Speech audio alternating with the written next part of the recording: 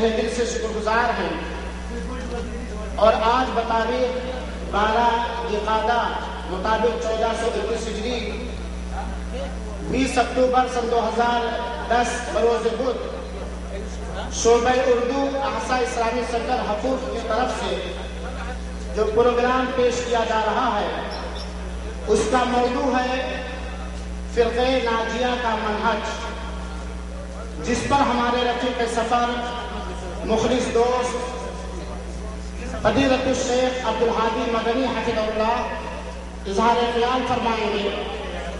ہم بنا کسی تاخیر شیخ عبدالہادی مدنی حفظہ اللہ کو دعوت دے رہے ہیں کہ آپ تشریف لائیں، اور آپ تمام لوگوں سے گزارش ہے کہ خاموشی کے ساتھ مجلس کے آداب کا خیال رکھتے ہوئے پروگرام کو سنیں۔ انشاءاللہ العزیز ابھی نمبر بانٹا جائے گا، ہر ایک آدمی اپنا نمبر محفوظ رکھے گا، اور جس کا نمبر نکلے گا اسے انعام بھی دیا جائے گا۔ اب پروگرام شروع کیا جا رہا ہے۔ اللہ تعالیٰ سے دعا ہے کہ اللہ تعالیٰ ہم سب کو اپنے قول اور عمل میں اخلاص نصیب فرمائے، آمین یا رب العالمین۔ السلام علیکم ورحمۃ اللہ وبرکاتہ۔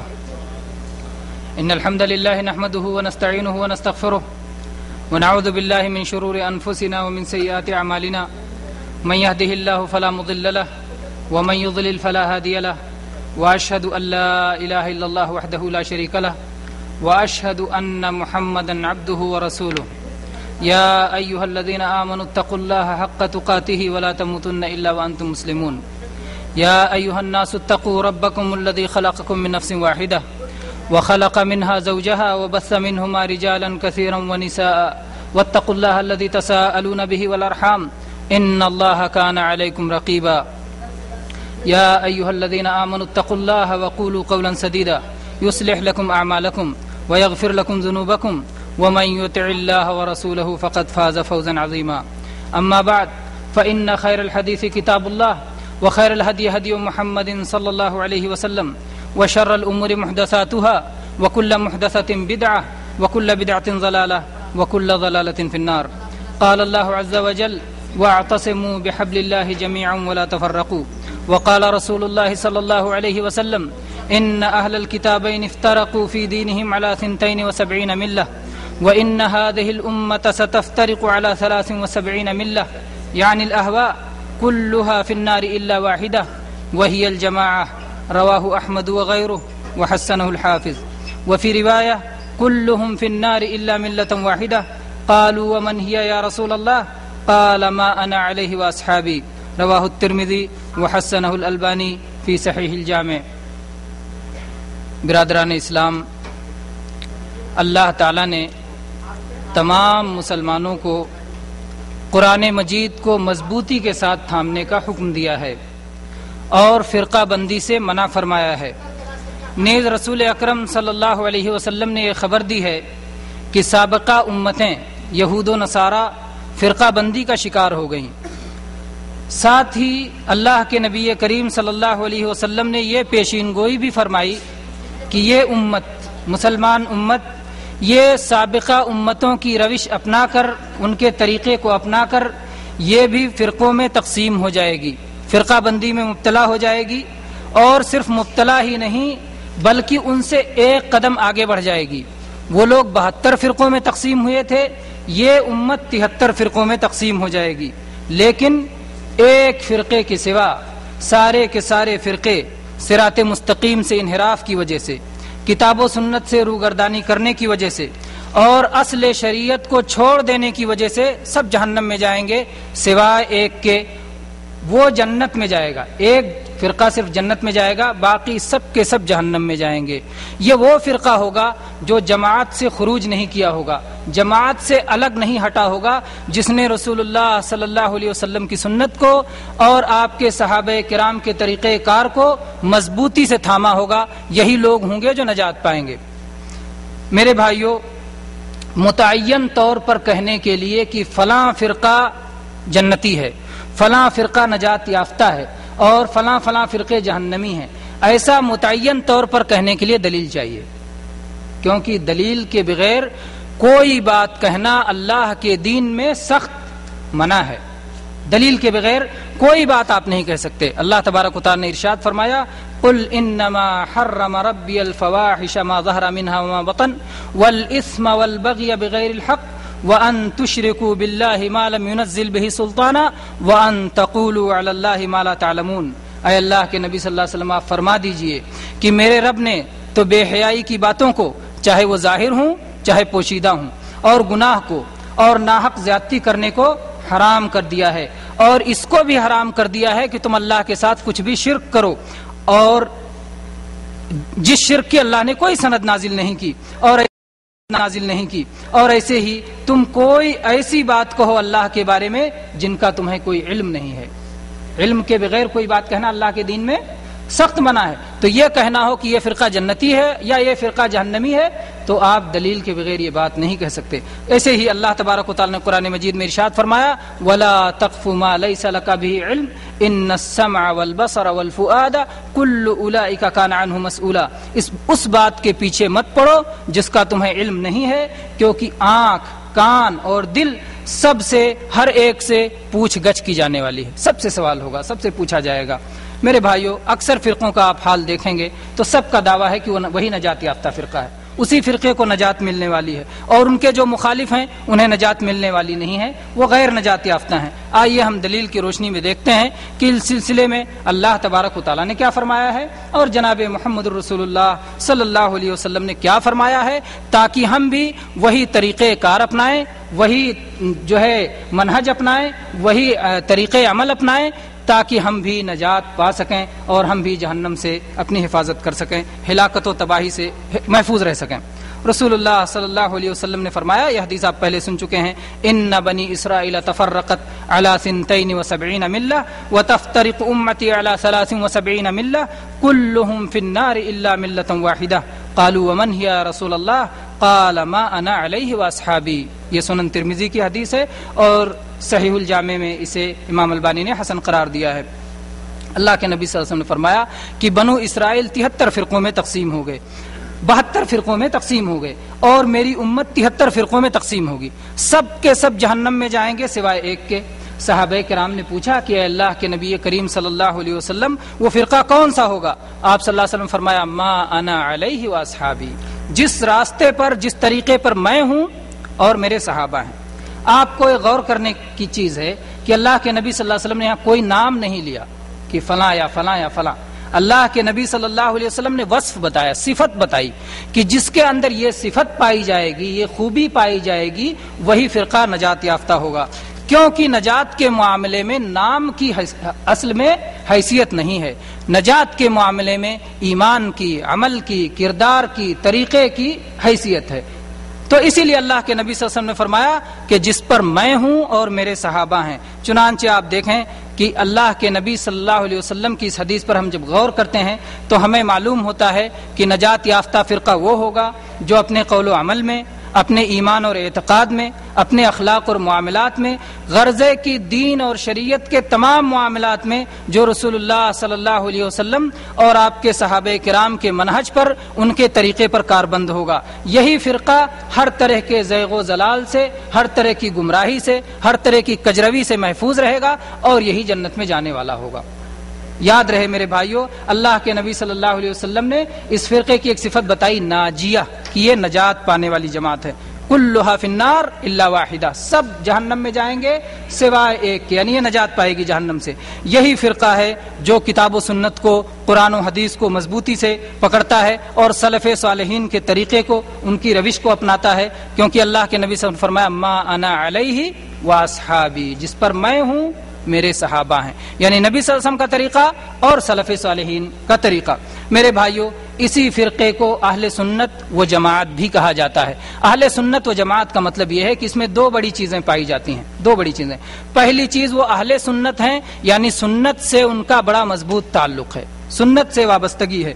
اور یہ اپنی زندگی کے تمام امور میں رسول اللہ صلی اللہ علیہ وسلم کی سنت کو اور آپ کے صحابہ کی سنت کو اپناتے ہیں۔ یہ اپنی عقل کو، اپنی رائے کو، اپنے قیاسات کو، اپنے اجتہادات کو رسول اللہ صلی اللہ علیہ وسلم کی سنت اور آپ کے صحابہ کے طریقے سے مقدم نہیں کرتے، جبکہ دوسرے فرقے ان کے مقابلے میں اہل بدعت ہیں۔ اہل بدعت ہیں جو لوگ سنت کی طرف جن کی نسبت کبھی نہیں ہو سکتی، بلکہ کبھی ان کی نسبت ہوتی ہے ان کے قائد اور بانی کی طرف، جس نے اس جماعت کو بنایا ہے اس کی طرف اس کی نسبت کی جاتی ہے، جیسے کہا جاتا ہے قادیانی، قادیان کے ایک شخص نے اس فرقے کو ایجاد کیا، یا جہمی، یا اسی طرح سے ان کے یہاں جو خاص بدعت ہے اس بدعت کی طرف ان کی نسبت ہوتی ہے، جیسے کہا جاتا ہے قدریہ یا مرجیہ، جن لوگوں نے تقدیر کا انکار کیا، یا جو لوگ کہتے ہیں ایمان کے بعد عمل کی ضرورت نہیں ہے، یا ایسے ہی کبھی کبھی ان فرقوں کی نسبت ان کے برے عمل کی طرف ہوتی ہے، جیسے رافضہ اور خوارج۔ میرے بھائیوں، اس نجات پانے والی جماعت کی دوسری خصوصیت ہے جماعت، اہل سنت وہ جماعت، یعنی یہ لوگ جماعت سے متعلق ہوتے ہیں، جماعت سے وابستہ ہوتے ہیں اور حق پر اکٹھا ہوتے ہیں، اور مسلمانوں کی جماعت سے نکل کر کے وہ اپنا کوئی گروپ نہیں بناتے بلکہ وہ مسلمانوں کی جماعت میں رہتے ہیں۔ یہی وہ فرقہ ہے جس سے اللہ کی مدد اور نصرت حاصل ہے، کیونکہ جب یہ لوگ اللہ کی مدد کرتے ہیں تو اللہ تبارک و تعالیٰ بھی ان کی مدد فرماتا ہے، جیسے کہ اللہ تبارک و تعالیٰ نے فرمایا ان تنصروا اللہ ینصرکم۔ اور میرے بھائیو، رسول اللہ صلی اللہ علیہ وسلم نے اسی لیے اس فرقے کے بارے میں فرمایا لا یزال من امتی امت قائمۃ بامر اللہ لا یضرهم من خذلهم ولا من خالفهم حتى یاتیہم امر اللہ وهم علی ذلک۔ یہ صحیح بخاری اور مسلم کی حدیث ہے کہ اللہ کے نبی صلی اللہ علیہ وسلم نے فرمایا کہ میری امت کی ایک جماعت ہمیشہ حق پر قائم رہے گی، اس کی مخالفت کرنے والے، اسے بے سہارا چھوڑنے والے اس کا کچھ بگاڑ نہیں سکتے، یہاں تک کہ اللہ تبارک و تعالیٰ کا حکم آ جائے اور وہ لوگ اسی حالت پر قائم رہیں گے۔ وہ لوگ اپنے حق کو مضبوطی سے قائم رہیں گے، سنت پہ مضبوطی سے قائم رہیں گے، جماعت کے ساتھ رہیں گے۔ میرے بھائیوں، برادران اسلام، حاضرین کرام، یہ نجات پانے والی جو جماعت ہے، جو فرقہ ناجیہ ہے، اس کا طریقہ اور منہج چند مضبوط اور مستحکم بنیادوں پر قائم ہے۔ اس فرقے کے منہج کی، فرقہ ناجیہ کے منہج کی پہلی مستحکم بنیاد یہ ہے کہ یہ لوگ کتاب اللہ اور سنت صحیحہ پر اکتفا کرتے ہیں، جیسا کہ اللہ کے نبی کریم صلی اللہ علیہ وسلم نے وصیت کی ہے۔ آپ نے فرمایا ترکت فیکم امرین لن تضلوا ما ان تمسکتم بہما کتاب اللہ و سنتی۔ یہ امام مالک نے اسے روایت کیا ہے اور مستدرک حاکم میں بھی حدیث ہے، سند حسن ہے اس کی، کہ اللہ کے نبی صلی اللہ علیہ وسلم نے فرمایا میں تم میں دو چیزیں چھوڑ کے جا رہا ہوں، اگر تم ان دونوں کو مضبوطی سے پکڑ لو گے کبھی گمراہ نہیں ہو سکتے، ایک اللہ کی کتاب اور دوسرے رسول اللہ صلی اللہ علیہ وسلم کی سنت۔ میرے بھائیو، جہاں تک اجماع کا معاملہ ہے تو اجماع وہی معتبر ہے جس کی بنیاد کتاب و سنت پر ہو، کتاب و سنت کے خلاف کوئی اجماع نہیں ہو سکتا ہے۔ ایسے ہی جہاں تک عقل اور فطرت کا معاملہ ہے، جیسے قیاس وغیرہ کے جو معاملات ہیں، تو یہ بھی اسی وقت مقبول ہوں گے جب یہ کتاب و سنت کے موافق ہوں۔ کتاب و سنت کے خلاف نہ عقل کی بات قبول کی جا سکتی ہے اور نہ فطرت کتاب و سنت کے خلاف جا سکتی ہے۔ تو عقل اور فطرت یہ اس لائق نہیں ہے، ان کی یہ حیثیت نہیں ہے کہ ان کو باقاعدہ شرعی احکام کے لیے مصدر بنا لیا جائے۔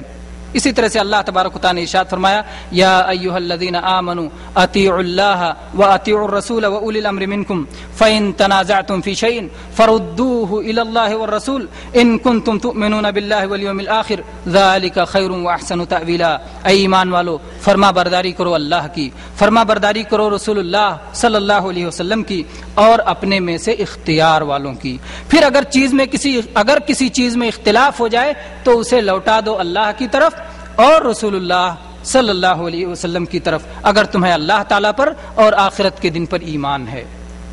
یہی بہتر ہے اور انجام کے اعتبار سے یہی اچھا ہے۔ اس آیت میں اگر آپ غور کریں تو دیکھیں گے کہ اللہ تعالیٰ نے فرمایا اطیعوا اللہ، اللہ کی اطاعت کرو، اطیعوا الرسول، رسول کی اطاعت کرو، اور وَأُولِي الْأَمْرِ فرمایا، وہاں اطیعوا اولی الامر نہیں فرمایا، اس لیے کہ اللہ کی اطاعت اور رسول اللہ صلی اللہ علیہ وسلم یہ دونوں اطاعتیں مستقل ہیں، غیر مشروط ہیں، جبکہ اولو الامر کی اطاعت یہ مشروط ہے اور اللہ اور اس کے رسول صلی اللہ علیہ وسلم کے خلاف اگر نہیں جاتی تو وہاں پر ان کی اطاعت کی جائے گی۔ پھر اس کے بعد میرے بھائیوں، اسی لیے تنازع کی صورت میں اللہ اور اس کے رسول کی طرف دوبارہ لوٹانے کا حکم دیا گیا، اور اللہ کی طرف لوٹانے کا مطلب اللہ کی کتاب کی طرف لوٹاؤ، اور اللہ کے رسول صلی اللہ علیہ وسلم کی طرف لوٹانے کا مطلب اللہ کے نبی صلی اللہ علیہ وسلم کی حدیث اور آپ کی سنت کی طرف لوٹاؤ۔ یہ تنازع کو ختم کرنے کا سب سے بہترین اصول ہے، کتاب اللہ اور سنت رسول۔ دین کے یہی دو اصل ہیں۔ دین کے دو اصل کتنے ہیں؟ کتاب اللہ اور سنت رسول اللہ صلی اللہ علیہ وسلم، یہ دو اصل ہیں، اس پر میرے بھائیوں فرقہ ناجیہ کے منہج کی بنیاد قائم ہے۔ فرقہ ناجیہ کے منہج کی دوسری مستحکم بنیاد یہ ہے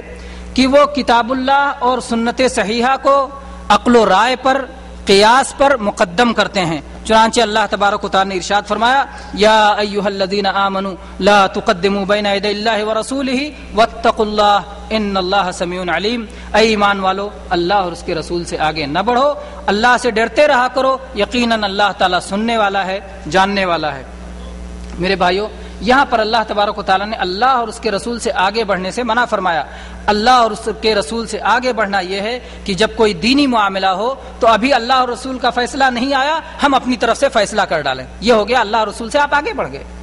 دینی جب معاملہ ہے تو ہم دیکھیں کہ اللہ نے کیا فیصلہ کیا اور رسول اللہ صلی اللہ علیہ وسلم نے کیا فیصلہ کیا، پھر اگر ہماری عقل اسے قبول کرے نہ کرے، ہماری سوجھ بوجھ اس میں آئے نہ آئے، ہم کو سر تسلیم خم کر دینا چاہیے۔ میرے بھائیو، اس آیت میں ایمان والوں کو اس چیز کا حکم دیا گیا ہے جس کا حکم اللہ تبارک و تعالیٰ نے فرشتوں کو دیا ہے، یا جو فرشتوں کی صفت ہے۔ فرشتوں کے بارے میں اللہ تبارک و تعالیٰ نے قرآن مجید میں ارشاد فرمایا لا یسبقونہ بالقول وہم بامرہ یعملون، فرشتے کسی معاملے میں اللہ سے آگے نہیں بڑھتے بلکہ وہ اللہ کے حکم کی تعمیل میں لگے رہتے ہیں۔ فرشتے آگے نہیں بڑھتے، اور ایمان والوں کو بھی کہا گیا اللہ رسول سے آگے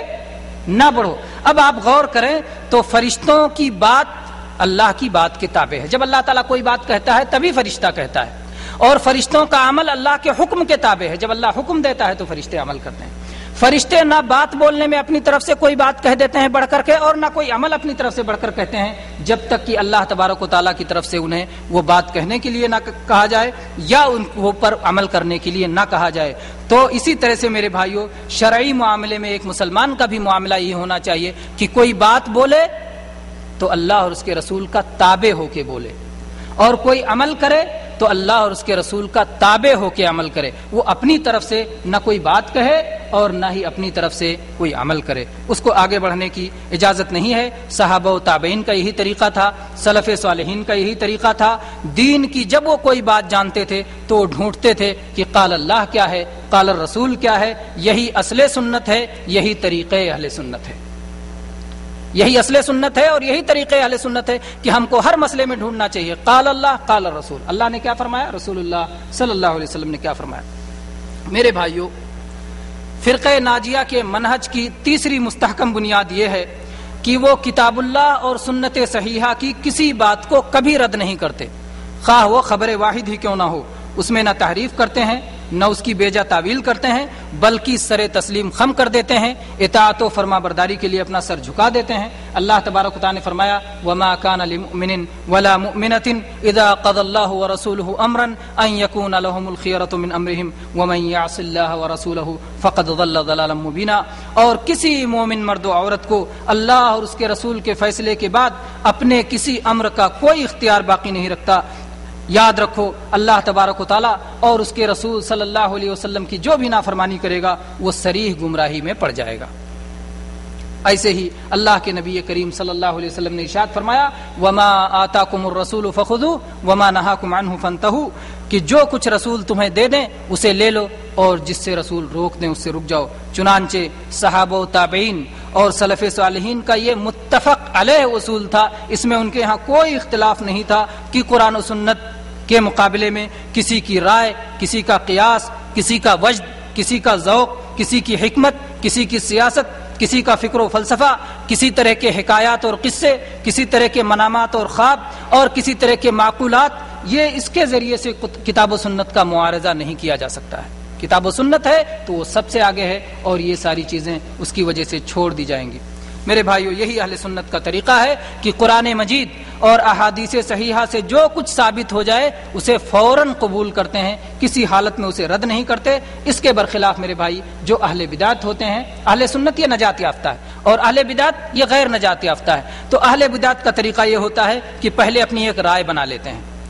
اپنا ایک فکر بنا لیتے، اپنا ایک طریقہ بنا لیتے ہیں، اور اس کے بعد اس کی دلیل ڈھونڈنے چلتے ہیں کتاب و سنت میں۔ وہ ایسا نہیں کرتے کہ کتاب و سنت پہلے تلاش کرو اس پر عمل کرو، بلکہ وہ اپنی رائے تلاش کر کے اگر کتاب و سنت اس کے موافق ہے تو قبول کر لیتے ہیں، اور اگر مخالف ہے تو پھر کسی طرح سے تعویل کر کے، تحریف کر کے شبہ پیدا کر کے اس سے پیچھا چھڑانے کی کوشش کرتے ہیں، جبکہ اہل سنت کتاب و سنت سے پیچھا چھڑانے کی کوشش نہیں کرتے بلکہ اس پر عمل کرتے ہیں اور اسے اپنی زندگی کا طریقہ بناتے ہیں۔ برادران اسلام،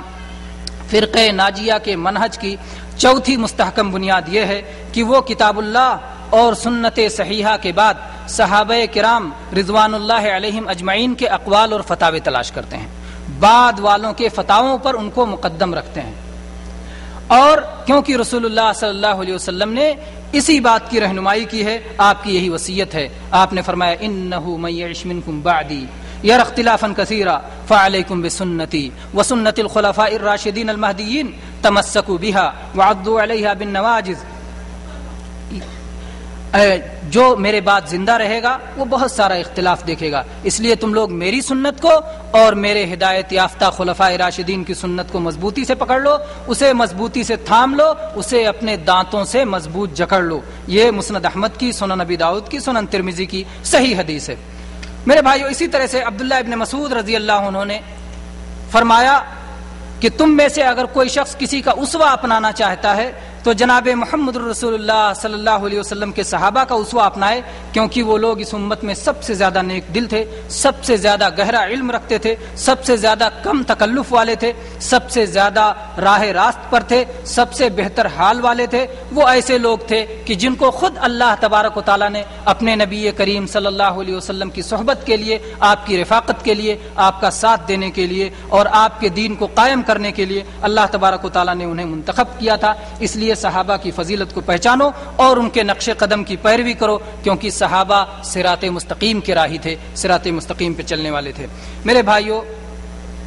فرقہ ناجیہ کے منہج کی پانچویں مستحکم بنیاد یہ ہے کہ وہ عقیدہ کے ایسے مسائل اور غیبی امور کے ایسے مسائل کے پیچھے نہیں پڑتے جو انسانی عقل کی رسائی سے باہر ہیں، بلکہ ان کا طریقہ یہ ہے کہ وہ تسلیم و رضا اور ایمان و ایقان کی روش اپناتے ہیں، کیونکہ